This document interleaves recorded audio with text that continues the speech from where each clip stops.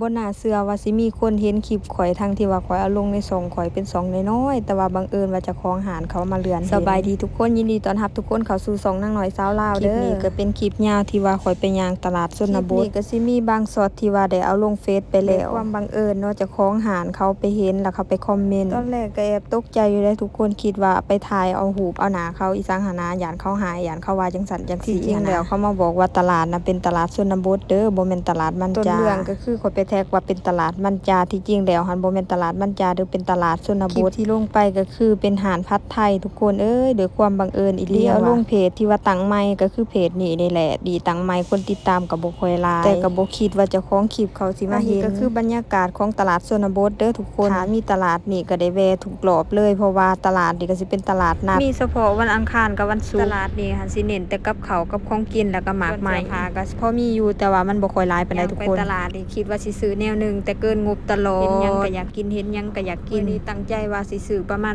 200 บาทแต่ว่าเกินงบอีกแล้วข้อยเชื่อว่าคือสิบ่มีแต่ข่อยดอกเนาะที่เป็นแบบนี้หันนะนี่คือร้านผัดไทยที่เฮาไปซื้อหั่นแหละทุกคนแล้วเจ้าของร้านเขาหันไปคอมเมนต์ใน2ก็รู้สึกว่าดีใจแฮงได้ที่เรามาคอมเมนต์แล้วก็ได้ติดตามกันแหละเนาะเพิ่นก็ติดตามดีและดีก็ได้ติดตามเพิ่นไปเรียบร้อยแล้วหลังจากที่ได้คอมเมนต์กันแล้วก็ตอบกลับไปกลับมากันเรียบร้อยแล้วเนาะก็ยังสงสัยอยู่ว่าเพิ่นไปเห็นคลิปนั้นได้จังได๋เพราะว่านี่ก็เป็นเพจใหม่ที่ดีตั้งขึ้นมาอีกอย่างดีก็บ่ได้ไปเช็คอินบอนตลาดนี่เลยก็ได้ใส่แท็กไปว่าเป็นตลาดมันจาเจ้าของร้านเพิ่นก็เลยมาคอมเมนต์บอกว่าอันนี้เป็นตลาดชนบทเด้อบ่แม่นตลาดมันจา